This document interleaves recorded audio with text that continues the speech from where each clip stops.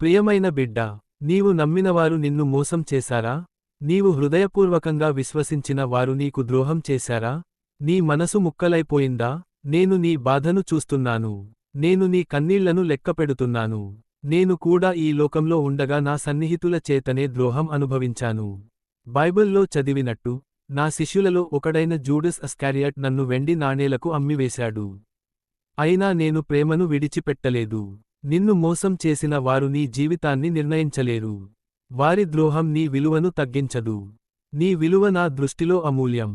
నీ హృదయం గాయపడినప్పుడు నా దగ్గరకు రా. నీ కన్నీళ్లు నేనే తుడిచెదను. నీ విరిగిన మనసును నేనే బాగుచేసెదను. మనుషులు మారిపోతారు, కాని నా ప్రేమ మారదు. మనుషులు వాగ్దానాలు మరిచిపోతారు, కాని నేను ఇచ్చిన వాగ్దానం ఎప్పటికీ నిలిచియుంటుంది.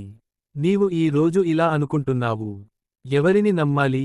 నా బిడ్డా, మనుషులపై మాత్రమే ఆధారపడకు. మొదట నన్నే నమ్ము. నేను నీకు సరైన వారిని సమయానికి పంపుతాను.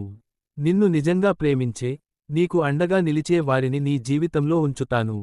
ఈ మోసం ఒక ముగింపు కాదు. ఇది నీకు ఒక పాఠం. నిన్ను బలమైన వ్యక్తిగా తయారు చేయడానికి ఒక అడుగు.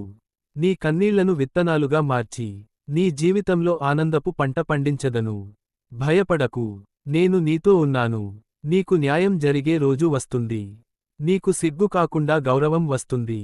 నీ హృదయాన్ని కఠినం చేయకు. క్షమించడం నేర్చుకో. అది వారి కోసం కాదు, నీ శాంతి కోసం. నేను నిన్ను ఎప్పుడూ మోసం చేయను. నా ప్రేమ నిజమైనది.